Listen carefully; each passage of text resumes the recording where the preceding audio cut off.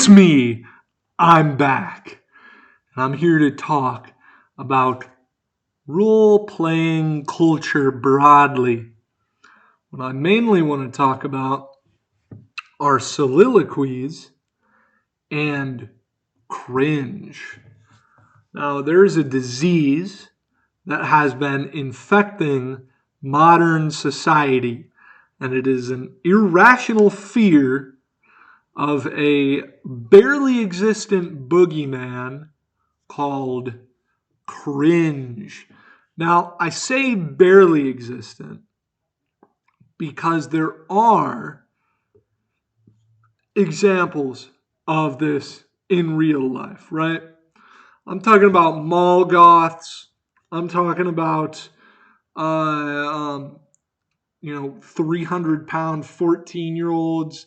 I'm talking about, uh, uh, you know, people who go to like protests and whatnot. Talking about the sort of thing that just you're like, ooh, I don't like that. Ugh. But that term cringe, it's so cringe, that has been overused both ironically and unironically since 2014. I swear to God. And it's because our society has been so steeped in ridiculous cynicism and self referentialism that you can't be earnest. You're not allowed to have fun anymore. You're not allowed to be earnest. You're not allowed to do anything other than the only jokes you're allowed to make are the what does that say about society? All you can do is be a prick. And even the vast majority of people do not have that mindset. The vast majority of people are not cynical cunts, but the vast majority of people are affected by this loser mentality. That I got that from the Black Lodge Games. This bitch philosophy, this suckbag ideology. Even the nicest people are infected by it. You can't, entertainment can't be earnest. Nothing can be earnest and fun. You like it. You know how Superman, they had him in that one movie. He's like truth, justice, and all that other stuff. Because if he said truth, justice, and the American way, I know on the right, and I'm generally more on the right, but I know a lot of them were like, he can't say it because we don't want it to look like we're pro America. I don't think that's the reason why they didn't have Superman say it. I think the reason why is because they can't take that statement seriously. Truth, justice. I believe in truth, justice, and the American way. That, that's silly. That's so goofy. That's so stupid. What are you, 5? You fucking right? My mom might see this. You fucking idiot. No, I'm just kidding. I can say retard. I don't care. Um, but it's so frustrating. It's so frustrating because if you really wanted to express truth, justice, and the American way in modern movies, they'd have to do it with like 18 layers of complexity. And it would be like, well, if you observe his actions throughout the movie, if you really make sure to focus in on some of the subtle sort of subtext, you can see that there's a sort of interest in honesty, a sort of interest in straightforwardness, and that there's this patriotic bent to it. Not that's lame. That's not what I watch superhero movies for. If I want to see that, I'll watch some stupid, shitty, complex fucking one of those directors who everyone on the right and the left comes their pants for. Just, oh my God, this guy is so Kino. He's Kino. Look at this movie he made. It's got 13 levels. It's got 13 different layers, dude. No, you don't understand the movie. You need to have a 200 IQ to like fucking Inception. Like, I like Inception. It's a fantastic movie. It's not that fucking fun to watch. all the people, it has a lot of cool action. It's a lot of fun, don't get me wrong. But all the people being like, it's the best movie I've ever seen, dude. No, the best movie you've ever seen was fucking Superbad or motherfucking Napoleon Dynamite or Dumb and Dumber because you actually had a good time and you knew what you were watching. But you're so cynical, you have to say it's Inception. And it's not. You don't enjoy that as much. That's not as fun. You know what's cooler than Inception? Superman, Batman, fighting the bad guys, pow, blam. That's fucking cooler than, are we in the dream or not? I don't know. What's going on? And so it's the same way with role-playing games. And it's so frustrating that you can't be earnest anymore, that people are embarrassed. My friends who are deep into role-playing, they steal certain things. They're like, oh, that's a little cringy, or that's so cheesy. You know, my brothers and sisters in Christ, you are playing pretend. You are doing voices. You are in a magical fantasy world. How more fucking cringe and embarrassing can you get? Get over yourself, motherfucker. Seriously. And I bring this up because I run a game. I'm not going to go into detail on it, but it is one of the best games I have ever run. Fucking tastic players. I'm really enjoying it, except for one thing. My players won't do soliloquies because that's cringe and nobody enjoys listening to that stuff, dude. You got to be really autistic to enjoy soliloquies. Well, I'm going to tell you what. I am autistic, but even if I weren't, I would enjoy soliloquies because I'm not a bitch. I'm not a little bitty bitch boy who will go far enough to do funny voices and be some fucking frog person or fucking elf or fucking medieval warrior in a fantasy world. I'm not the kind of guy who's like, yeah, I'm fine doing that, but once we start, doing soliloquies like Shakespeare did, like all the Greek plays did, like some of the most highest forms of theater did, back when there was a lot of passion and love being put into theater. You had the old traditional folk tales, and then coming up, you would have a chorus, a Greek chorus, and you had all this cool shit going on, and characters would wax poetic and speak in glorious language about what was on their mind. That's fucking gay, dude. That's gay. Yeah. You're gay. I'm not gay. You're gay. You're gay. Not me. Not me. It's you. You're the one who's gay. I'm right. I'm cool. Not you. And I'm cool because I'm earnest. Because I don't give a fuck. Because I have fun. I care about shit. I enjoy myself and I do cool ass dramatic soliloquies like fucking Achilles in his tent. I'm like Achilles. I'm like the Greek hero Achilles, bitch. You're like fucking some character from a 2015 movie. Get on my level, motherfucker. I'm better than you. And you would be as good as me too if you just fucking let yourself enjoy things.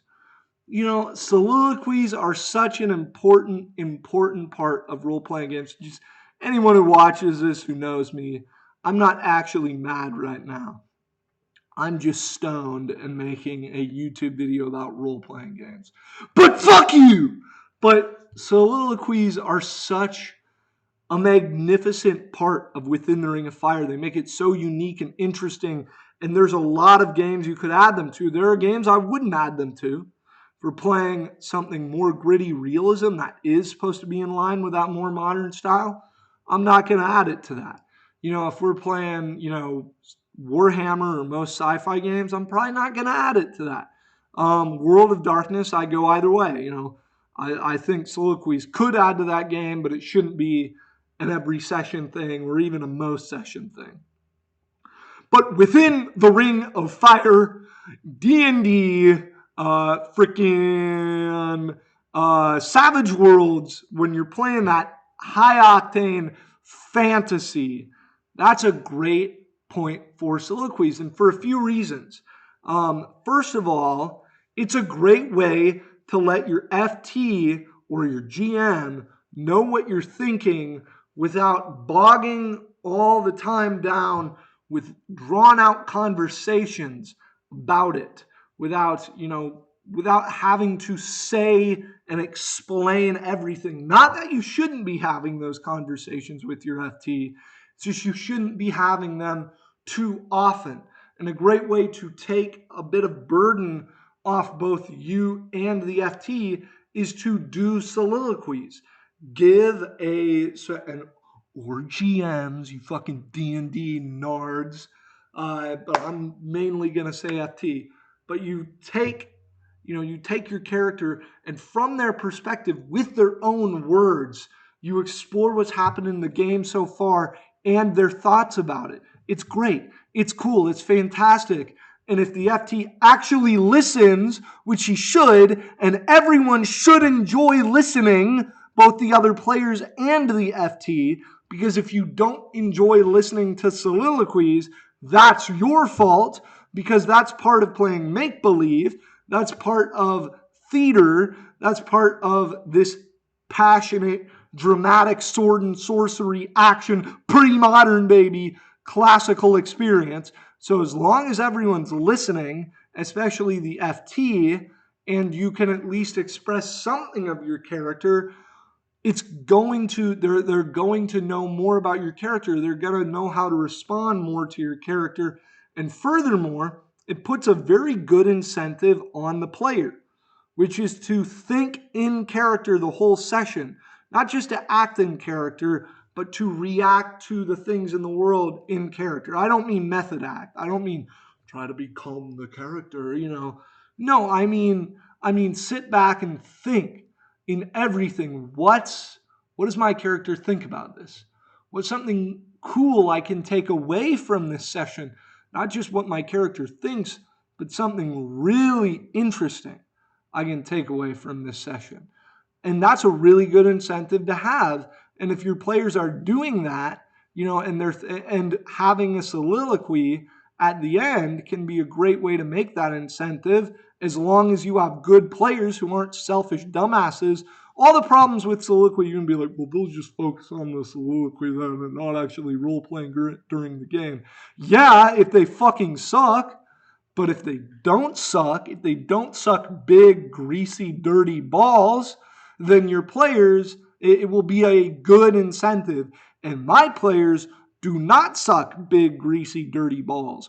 My players suck shiny, clean, silvery balls of the highest quality. Because let's face it, if you play role-playing games at all, you already suck. So there's really no way beating around the bush. But you want to suck good. You don't want to suck bad. And I suck good, baby. I suck real good. And so in role-playing games, that soliloquy provides those incentives to do good.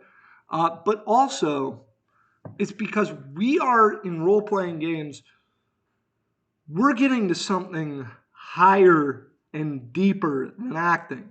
We are getting to something that has been around longer than acting, which is make-believe, which is telling stories around the fire and giving input. And it's the ancient Greek theater. And read old poems, read old plays, read Shakespeare. The most badass characters would sit there and pontificate out loud. They would open themselves up and they would speak of what was going on. And yeah, you can say it was to perform. Well, you aren't performing for an audience, and role-playing in general should not be a performance, but you are performing for the other players and the FT, and a soliloquy is a great way to do that. Show the other players what's going on with your character. Mention them in your soliloquies. Talk about the other characters.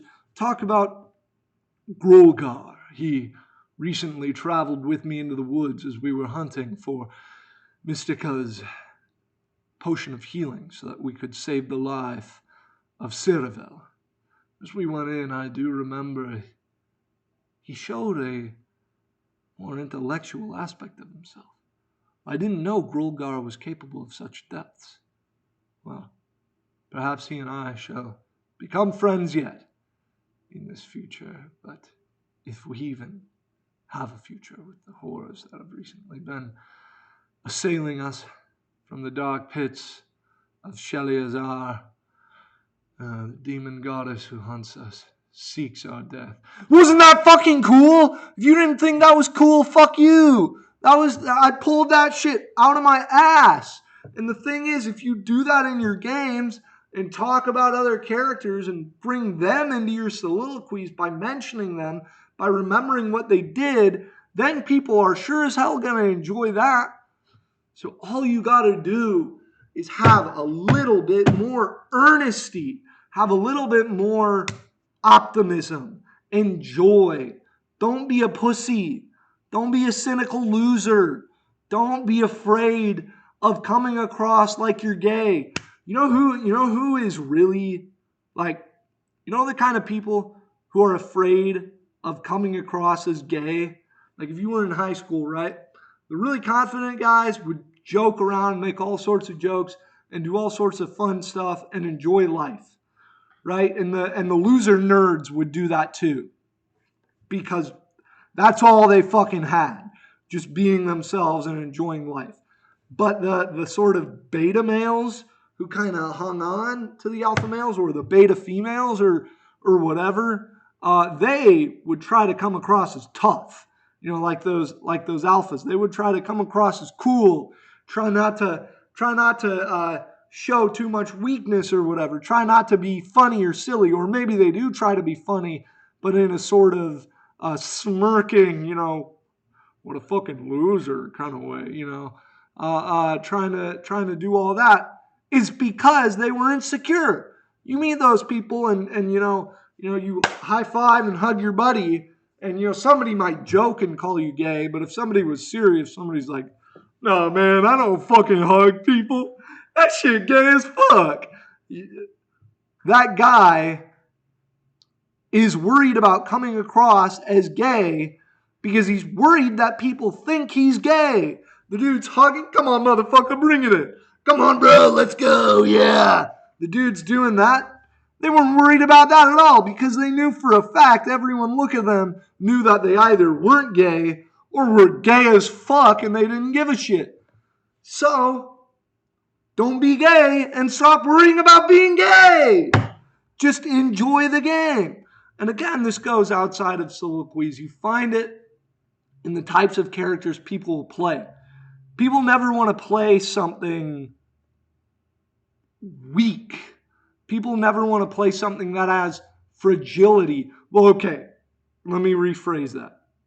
I'm talking right now, I'm criticizing the role players good enough to care about. There are shitty role players who play weak characters all the time, and they cry and they say, "I'm just so in touch with my emotions." And those people really do deserve to get spit on and beaten on and mocked, for they are trash. And they will always be trash, so throw them into the trash can. But I'm talking about players good enough to care about. The sorts of players who will always play the Billy Badass, but they still role play well. Or maybe not the Billy Badass, but they always got to have something protecting their character from vulnerability and from change and from coming across as a schmuck. I play all sorts of characters. I play little typhons who speak like this. "Yes, master." I play big, badass ogres who always stand up for what's right and don't ever get crushed. But I also play little hibbins who say, "Hey there, let me help out. Oh no, oh shit, oh god, oh no, literally anyone other than another hibbin, I play across the board, and I have fun playing the losers.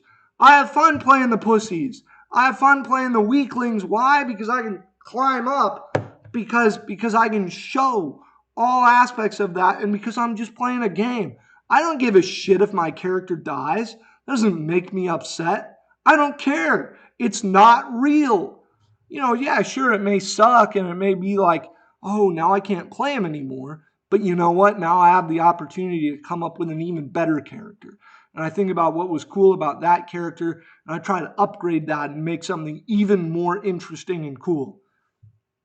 But when you're only playing the tough guys, the badasses, or if you're a more intellectual individual, only playing the giga-brained sociopath, I can't be touched. I can't be touched or controlled. I've got no weaknesses except for my deep angst. There's a dark heart in me. If you're only playing that, honestly, you come across as more embarrassing because you're trying to be cool. And you can't be cool by trying to be cool. That's the number one way to not be cool. And you just miss out on so much. So anyway, this video has gone on for a while. My basic point here is soliloquies are rad. You should never force them. If the players in your game are really good and don't want to do soliloquies, don't force them. If they suck and they don't want to do soliloquies, just don't run for them. But if the players in your game are good and they don't want to do them, don't force them. I don't believe they should be forced, because if they're forced, they lose what makes them good. But it's impossible to not enjoy them if you try to enjoy them. They're really cool. They add a lot to the game. They take you out of your shell. It's like, one more thing, actually. Always say I. Don't say my character. Even I see a lot of really good role players do this. They say, my character walks in and says, John the blacksmith, come here. Just say I, say, John the blacksmith, come here. Say I. Why not? You know what? You're worried that it might mentally derange you. The only way that's going to happen is if you're already mentally deranged. If you don't think you're the character, it's not going to be a problem. Just a sec.